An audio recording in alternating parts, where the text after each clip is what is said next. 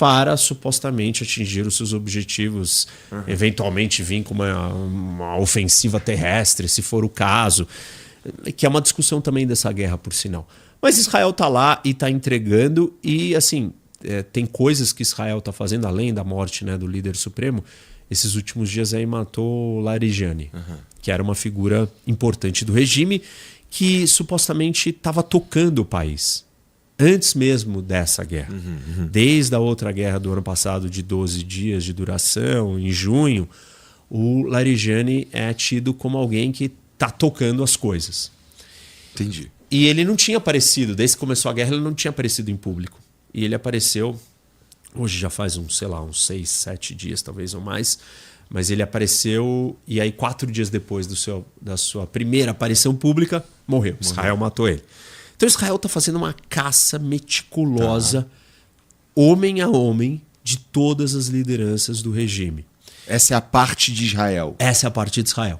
É hoje. Então Israel está focado na guarda revolucionária, nas forças, na milícia dos Bassides, que são aquela milícia interna que reprime a população, e na polícia iraniana. Porque Israel quer abalar a capacidade do regime de resistir uma suposta rebelião interna, uma revolução, uma revolta da população. Então Israel está atacando o quartel-general, o centro de comando, as delegacias de polícia, as bases dos Bassides, e aí esses caras não têm onde se reunir, eles vão se reunir em outro lugar. Eles foram para um estádio de futebol alguns dias atrás. Aí Israel foi lá e explodiu o estádio com todos eles dentro. Aí eles estão montando tendas na rua.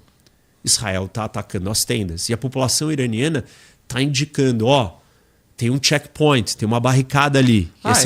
Não esperava. Eu pensei que a população iraniana não ia, de forma nenhuma, se ou tirar algum proveito ou ajudar as forças israelenses. Não, ela tá mostrando, falando, assim, né? Tipo, não liga para... Eles não pegam o telefone e ligam para o Mossad, não é isso, mas eles falam com gente que eles acham que, vai chegar, e aí Israel, sei lá, nos últimos dias aí Israel já tinha destruído 12 barricadas. E o regime iraniano está colocando barricadas pelas cidades para mostrar presença, força, para mostrar ordem, para impedir aglomeração de pessoas, para reativar, né, reafirmar a sua força sobre o país. E quando Israel vai lá e fica destruindo com drones ou com ataques aéreos, cada uma dessas barricadas vai enfraquecendo essas forças de segurança. Vai matando as lideranças, vai enfraquecendo. Também mataram o chefe das forças da milícia Bassid.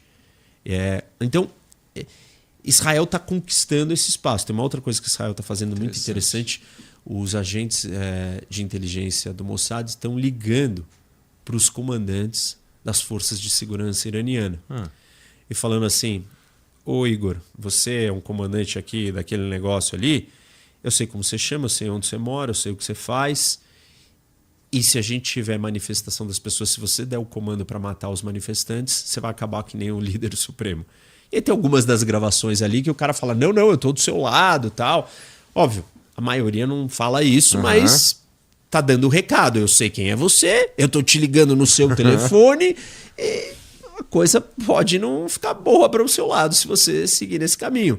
Então tem toda uma ação, uma operação de Israel trabalhando desse lado, que tem mais presença interna, tem mais inteligência, tem mais acesso dentro do país. E os Estados Unidos está lidando com alvos maiores, indústria, com os alvos militares, coisas de grande porte. Mas Israel está entregando a sua parte, e tudo isso coordenado junto. E é difícil os Estados Unidos dar esse espaço para alguém.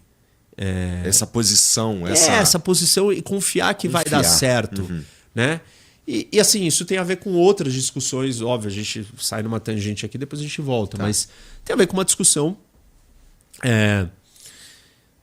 Primeiro assim, né? Quem são os aliados americanos que vão entregar na hora do vamos ver? A própria OTAN, o Trump estava puto com a OTAN. Isso, né? E continua, e isso é uma história antiga. Por razões políticas, por razões militares, por razões econômicas, tem uma série de razões para a irritação dele com a OTAN. Muitas legítimas, outras assim... já falei isso aqui para você em outras ocasiões, a OTAN também está nesse lugar porque os europeus estão nesse lugar, e os europeus estão nesse lugar porque os Estados Unidos quis que eles estivessem nesse lugar. É do interesse dos americanos que todo mundo tivesse fraco e só eles tivessem as armas. Deixa comigo a história do GPS, que eu também já falei, acho que em uma outra oportunidade aqui. Os Estados Unidos viravam para os europeus e falavam: não faz, Galileu, não faz seu GPS. Por que você vai gastar dinheiro com isso? Deixa que eu faço. Usa o meu tá aí de graça. Óbvio que aí ele tem um poder.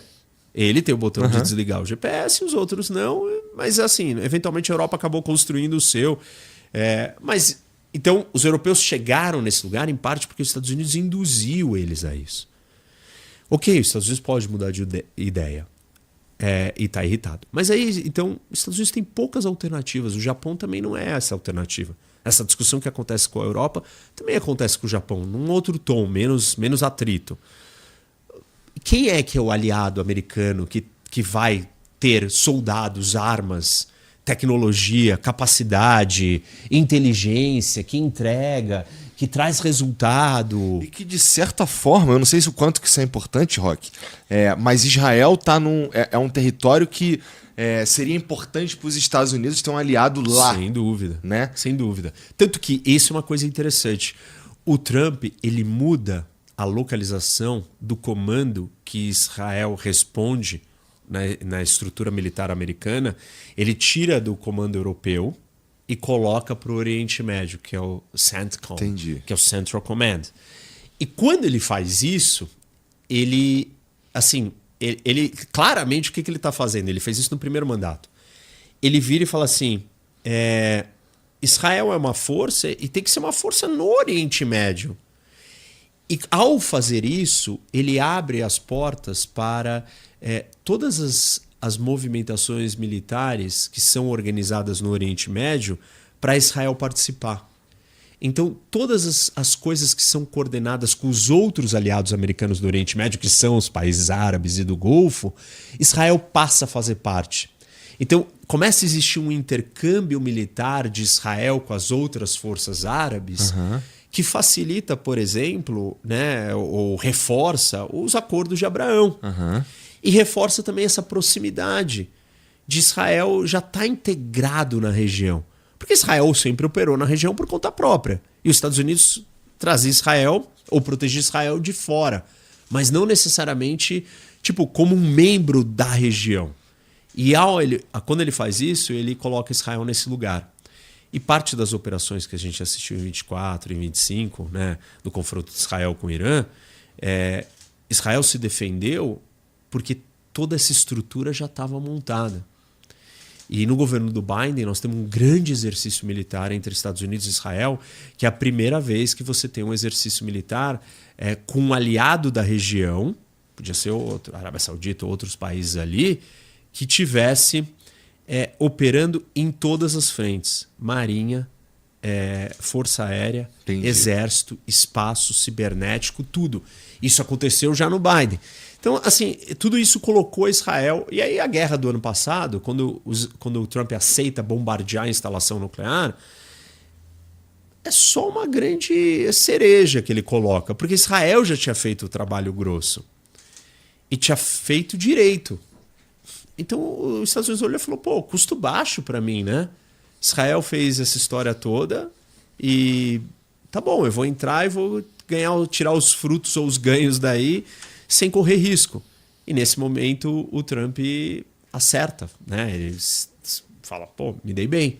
O ataque foi um sucesso para ele. Isso não coloca Israel numa posição, para quem está observando, de subserviência, número 1. Número 2, isso faria alguma diferença para Israel? Porque o objetivo que Israel tem ali é a sua própria sobrevivência. Né? Pelo menos é isso que eles dizem. É claro que me parece ter algum ganho pessoal em alguma medida para o Netanyahu, que balança no poder, e uma guerra é importante para unir todo mundo, ou para ajudar nesse sentido. Mas basicamente isso. Israel, então, coloca, me parece, numa posição de Estados Unidos, tô aqui pra ajudar, hein, não sei o quê, mas tudo bem, porque no fim das contas tudo que eu quero é sobreviver enquanto tá todo mundo me atacando. É essa a relação? Eu acho que o que Israel está tentando mostrar para os Estados Unidos é falar: você sempre me ajudou, né? E os Estados Unidos sempre dá ajuda financeira para Israel há muito tempo, como dá para muitos países. Dá para o Egito, para o exército, para os militares do Egito e um monte de outros países. Então, Israel recebe uma ajuda militar americana. E o Netanyahu disse publicamente que em 10 anos ele não quer mais nenhum centavo. Ele não quer depender de nada dos Estados Unidos. Isso está dentro da lógica do que o Trump está vendendo. Que os aliados são caros, que só os Estados Unidos pagam a conta. Então Israel se antecipou e está num movimento seguinte. Eu não sou como os seus outros aliados. Eu luto, eu coloco os meus soldados em risco, os meus aviões, eu desenvolvo tecnologia com a sua tecnologia junto, que é o Iron Dome, que Israel que desenvolveu, testou e o negócio para de pé no nível que para, porque é testado constantemente dentro de Israel. Então Israel está falando assim, eu também tenho indústria de defesa, eu vou depender menos de você, eu vou para a guerra. Eu não sou como os outros. Vale a pena estar comigo, você vai precisar de mim. E essa última guerra, ela é um exemplo mais claro dessa história.